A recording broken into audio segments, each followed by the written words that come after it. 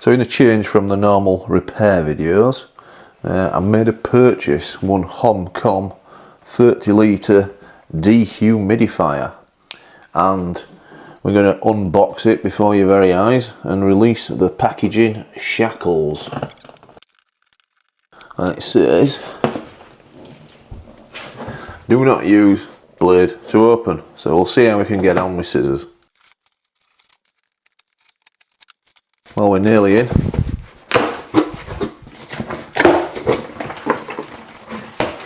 And we haven't done any damage. Little scar mark there, but we've got the product intact. And this is what we get, our first glimpse of it. Some instructions there, I'll have a look at them in a moment. And here is the product, and it's looking good. So we're just going to work out how to get it out of the box. Now there is a handle there and a handle there, so I'm thinking if I put my feet either side of the box, and we should be able to pull it out. And that worked just great. Now there is a hose in the box,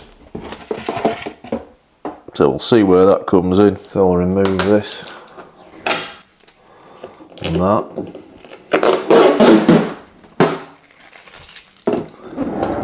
And do the same on the flip side.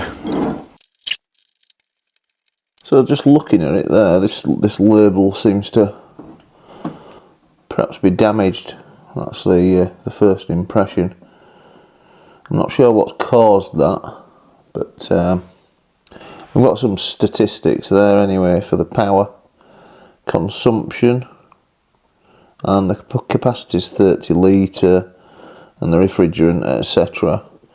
But I've got an idea for a head-to-head test, as I've got another dehumidifier I reviewed a couple of years ago.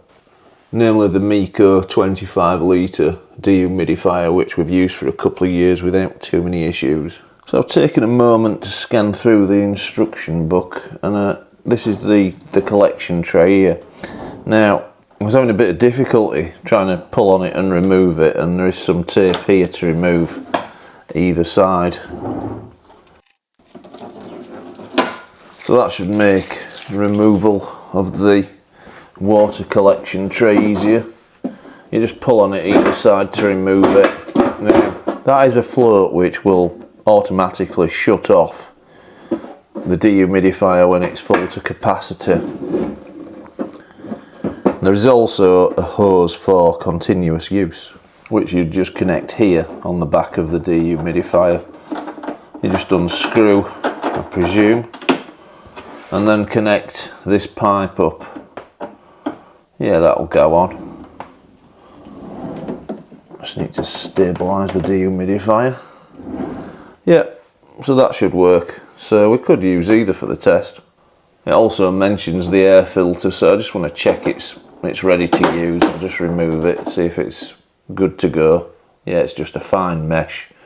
So that's good, we should be able to clean that out. The other dehumidifier I've got has got a replaceable filter, so I tend to clean it out, but you're meant to replace it. I do like the plug stowing area. I quite like it when the plugs go in the back of the machines like this. So what we're going to do is plug it in and see what happens. So I've got a measuring jug there on the end of the pipe, and I've angled the hose just so it's going slightly downhill, and we'll switch it on. Quite a good array of lights when you first power it up, and it does have a few modes which I'm hoping to go into. So we'll hit the power button, you can hear it kicking in. Now there's a good fan flow there, and it's just coming to its senses as to working out the humidity of the room. We haven't dehumidified this room for a few days in preparation for this video. I've got a 3-speed fan, that's on high, and then we go to quiet mode, which you can still hear, and low, a little bit louder than quiet. Well, it's been on about 3 minutes now, and I can just hear the fridge compressor kicking in, and the humidity is also displayed there as well as there, and it's gone down from 63 where we started. It just seems to be cycling between 59 and 62, so it is actually working. We haven't collected any water as yet, but I think that's going to be coming soon. So we can set the humidity just here,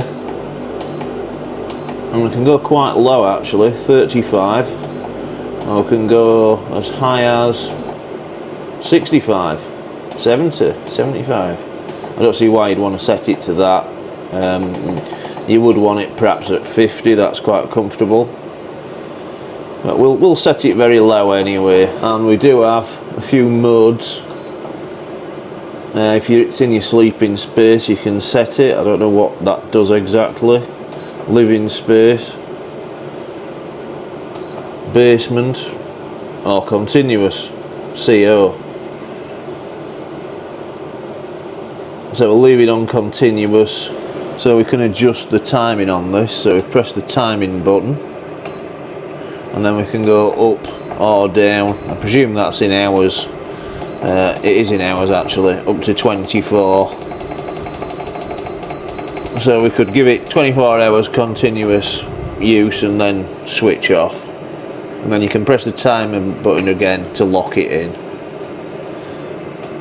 1, 2, 3. And you see the lock's now lit. So it's not the quietest dehumidifier I've ever experienced. It's just there in the background. We've set it to continuous drainage correctly, and as yet we haven't had anything out of it. So you can see there we've got air filter cleaning covered by the instructions, and it looks washable.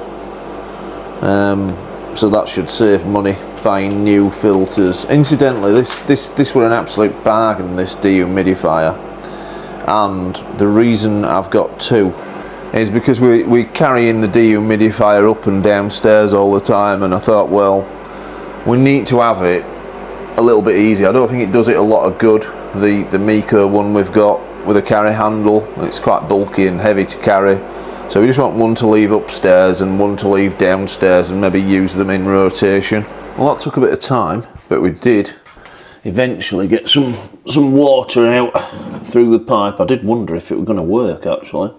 So I think what we'll do now this dehumidifier and the Meaco have been pre-run.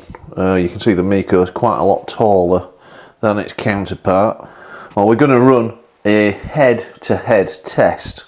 They've both been pre-run for about half an hour, so this should be interesting, and see which one collects the most water. So we'll turn them both on. Engage laundry mode for the Meaco.